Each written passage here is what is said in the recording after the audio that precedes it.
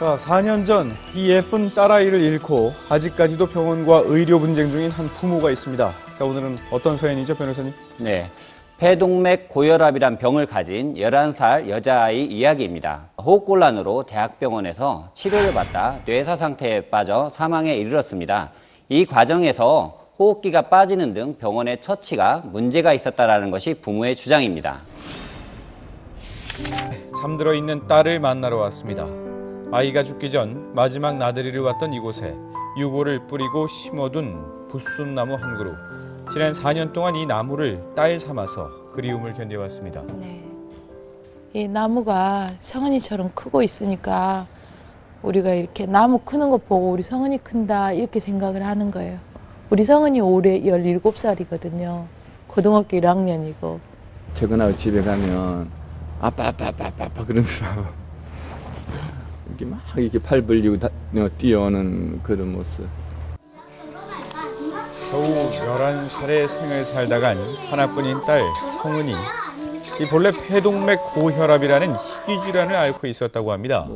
가슴이 바늘 찌듯이 좀 따끔따끔하다 그래가지고 그래서 병원에 가봤더니 그 난치성 질환이다라고 하길래 하늘이 무너지는 줄 알았죠. 그리고 병원에 쓰는 약물 치료밖에 없다고 그래요. 자칫 무리하면 호흡곤란이 오는 위험한 병이라지만 성은이는 스스로 몸 상태를 관리하는 영특한 아이였습니다.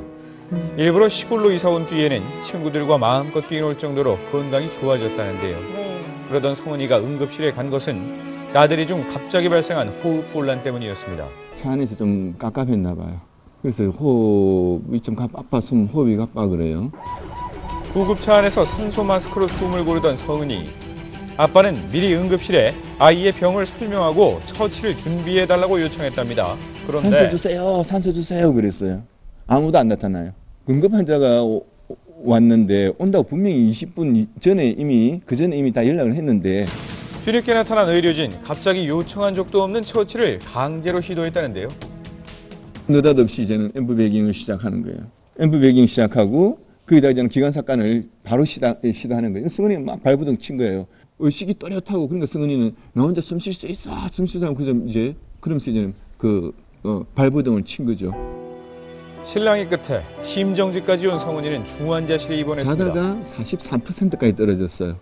그럴 때도 산소 공급하고 그냥 승은이 여기 무릎에 앉혀가지고 가슴 마사지를 해주고 그러면 한 5분 내지 10분 안에는 다 회복됐어요. 그것만 해도 충분히 되는 애한테 왜 엠브뱅잉하고 왜 기관사건을 해요?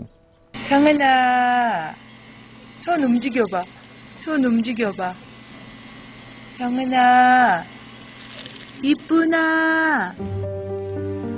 애탄 부름에도 결국 눈을 뜨지 못한 성은이. 대체 무엇이 갑자기 아이의 목숨을 앗아간 걸까요? 네, 일단 성은이가 앓고 있었다는 폐동맥 고혈압이라는 병부터 알아봐야 되겠는데요. 우리가 흔히 알고 있는 고혈압이랑 다른 건가요?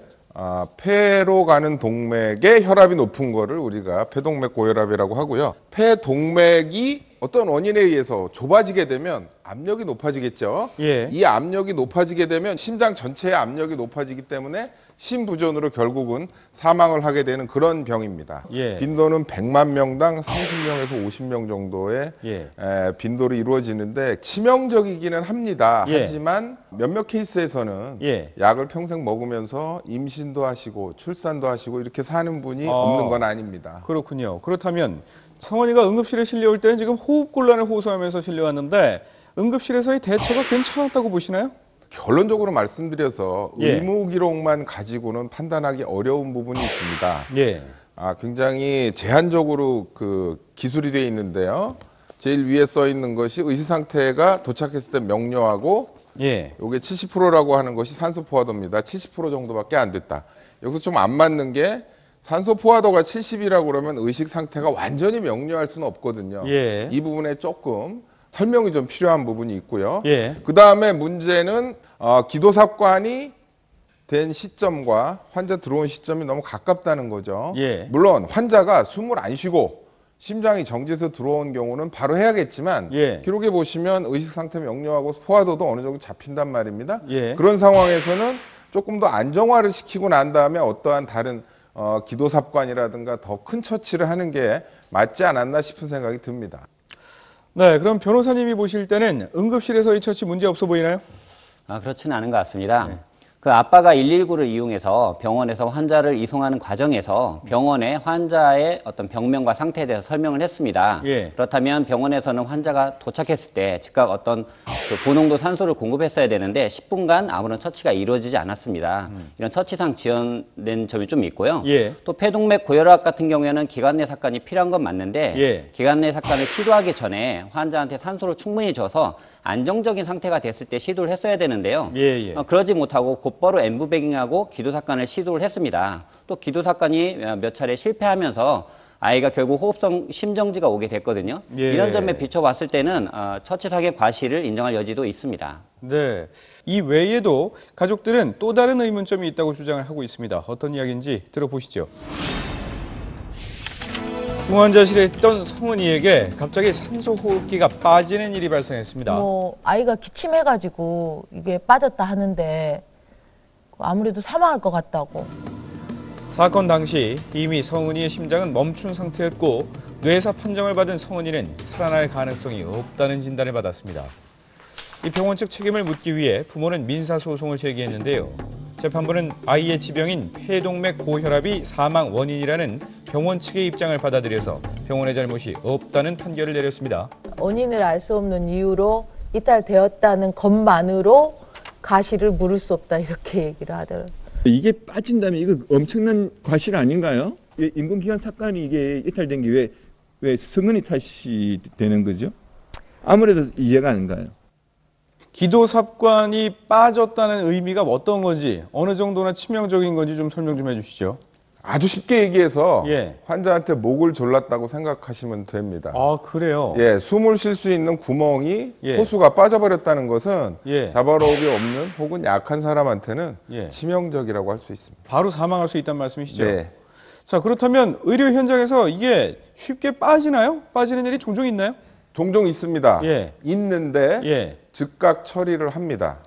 무슨 얘기냐? 1, 2분 안에 바로 다시 삽관을 해야 된다는 거죠. 그런 면에서 본다 그러면 병원 측의 주의무 위반이 저는 있으리라고 생각을 합니다. 그렇다면 지금까지의 문제점 그리고 의문점 가지고 충분히 법적 책임을 물을 수 있는 거 아닌가요?